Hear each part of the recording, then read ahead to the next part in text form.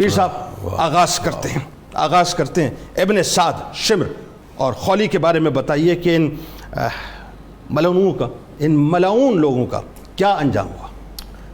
جی جنید صاحب، جس طرح کہ میں نے عرض کیا کہ اللہ تعالیٰ نے عذاب مہین کا وعدہ کیا ہے، مر جانا مارا جانا یہ تو عام سی بات ہے، وہ جو عذاب مہین والی بات ہے وہ بڑی خاص ہے کہ انہیں موت بھی آئے گی اور موت بھی ذلت کے ساتھ آئے گی۔ اللہ اب ابن سعد یہ وہ پہلا شخص ہے جس نے کہا تھا کہ اے میرے لشکر گواہ ہو جاؤ، گواہ رہنا، میں نے رے کی حکومت کے لالچ میں پہلا تیر چلا ہے، آل رسول کی طرف پھینکا ہے، اللہ معذرت۔ اور پھر یہ قائد تھا، ظاہری بات ہے، اس لشکر کا، اور لڑانے والا یہ تھا، جنگ کا پوری طرح رہنما تھا۔ جب اس پر وہ عذاب مہین کا سلسلہ شروع ہوا ہے تو منظر کچھ اس طرح آتا ہے تاریخی کتابوں میں کہ ایک دن مختار کہتا ہے کہ کل میں اس بندے کو قتل کروں گا کہ جس کے مارے جانے پر مجھ سے مومنین بھی خوش ہوں گے اور ملائکہ مقربین بھی خوش ہوں گے۔ اب کوئی بندہ وہاں اس کی دربار میں ہی بیٹھا تھا جو تعلق والا تھا ابن سعد کا، وہ واپس آیا، رات کو اس نے ابن سعد کی طرف پیغام بھیجا کہ اپنی احتیاط کر لو، مختار لگتا ہے تجھ پر حملہ کرنے والا ہے اور تجھے ذبح کرنے والا ہے۔ ابن سعد کے ساتھ چونکہ مختار کے پہلے تعلقات بڑے زبردست قسم کے تھے تو ابن سعد نے سمجھا کہ وہ ایسی بات نہیں ہو سکتی، میرے ساتھ اس کے بڑے اچھے تعلقات ہیں، ٹھیک ہے۔ خیر صبح ہوئی تو اس نے اپنا جو کوتوال تھا یا جو لشکر کا ایک لیڈر تھا اس کو بھیجا کہ ابن سعد کو ابن سعد کو بلا لاؤ۔ اب جب وہ بندہ گیا ہے تو ابن سعد نے اپنی جگہ بیٹا بھیج دیا، حفص، وہ آیا تو آ کے مختار کے پاس بیٹھا تو مختار اس سے پوچھتا ہے کہ بھئی تیرا بابا کیوں نہیں آیا؟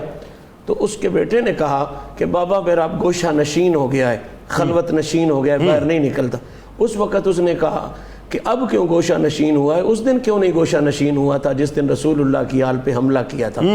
خیر اس نے دوبارہ بھیجا، تو جب دوبارہ بھیجا اور اسے کہا کہ اب اس کو پکڑ کے نہیں لانا، اب اس کا سر کاٹ کے لاؤ، تو جب وہ گیا بندہ سر کاٹ کے وہ چھپا کے لے کے آیا چادر میں، تو سامنے جب پہنچا تو اس کے بیٹے کو مخاطب کر کے کہتے ہیں کہ تجھے پتہ یہ سر میں اس پردے میں کیا ہے؟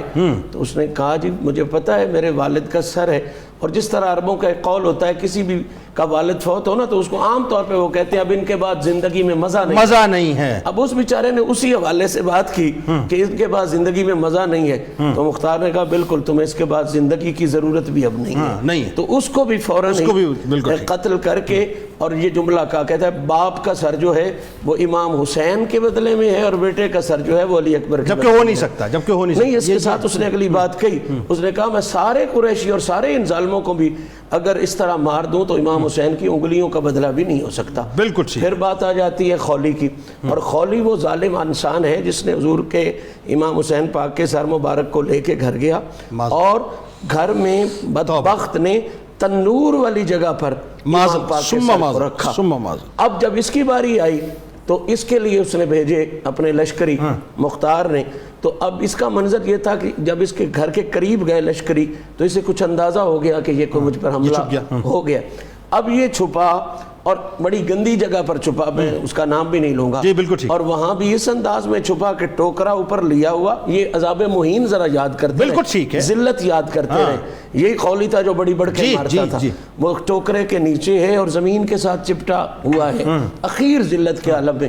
تو اب وہ بی بی اس کی سامنے آئی تو لشکریوں نے پوچھا کدھر ہے، تو اب وہ ظاہری طور پہ بول نہ سکی لیکن انگلی سے اس نے اشارہ کر دیا چونکہ وہ بہت بڑی محبہ تھی، اور وہ اس وقت سے جو ہے وہ غم میں مبتلا تھی جب سے سر امام علی مقام آئے، جس دن سے اس نے ظلم کیا تھا۔ خیر انہوں نے پکڑ لیا، خولی کو لے کے باہر آئے تو اچانک مختار کا ویسے ہی راستے سے گزر ہو رہا تھا تو انہیں اسے بتایا گیا کہ یہ خولی ہے، تو اب اس نے کہا کہ اب اس کے سارے بچوں کو سامنے لایا، بچوں کو سامنے لا کے ان کے سامنے اس کو قتل کیا گیا، اور پھر اس نے کہا چونکہ اس نے چند لمحے امام حسین کا سر جو ہے وہ تنور والی جگہ پہ رکھا تھا، اب اس کی لاش کو آگ لگاؤ۔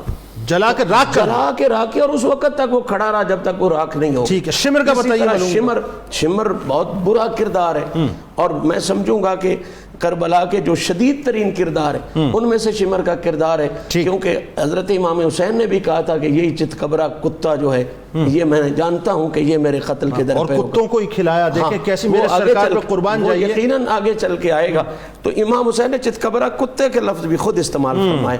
تو اب جب اس کی باری آئی تو ظاہری بات ایک سردار تھا، اس کے ساتھ فوج بھی تھی، وہ کچھ تھوڑا بہت لڑا، لیکن پھر بھاگنے کا ہی راستہ اس نے بھی اختیار کیا. وہ مسلم بن عبداللہ دیابی کہتا ہے کہ میں شمر کے ساتھ تھا جب ہم تیز رفتار گھوڑوں پر بھاگے.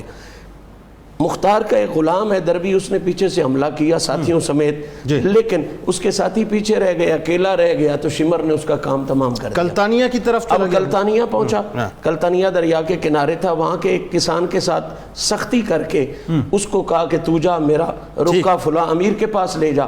اب وہ راستے میں ایک جگہ پر وہ قاصد پہنچا تو وہاں مختار کے جو لشکری تھے ان کی چوکی تھی، انہیں پتہ چل گیا. انہوں نے اس لشکری نے ان کسان سے پوچھا کہ اس وقت شمر کہاں ہے؟ تو انہوں نے بتایا جی فلاں 15 میل دور ہے. وہ فوراً وہاں پہ پہنچے، رات کے وقت وہاں پر پہنچے اور رات کو جا کے ہی حملہ کر دیا. خیمے میں سویا ہوا تھا، اس کے ساتھی کہتے ہیں ہم سارے بھاگ گئے، شمر پر وہ ٹوٹ پڑے. رات اگرچہ اندھیری تھی لیکن وہ اپنے چتکبرے پن کی وجہ سے رات کو بھی پہچانا گیا تھا، اور اس پر حملہ کیا. اور آخری آواز وہ مسلم کہتا ہے میں نے سنی کہ لوگ کہہ رہے تھے اللہ اکبر، اللہ نے خبیث کا خاتمہ کر دیا. اس کا سر کاٹ دیا گیا اور وجود اس کا کتوں کے آگے ڈال دیا. اور یوں سمجھیں کہ وہ جو لعنہم اللہ فی الدنیا والآخرہ والی کہانی تھی وہ پوری طرح مکمل ہو.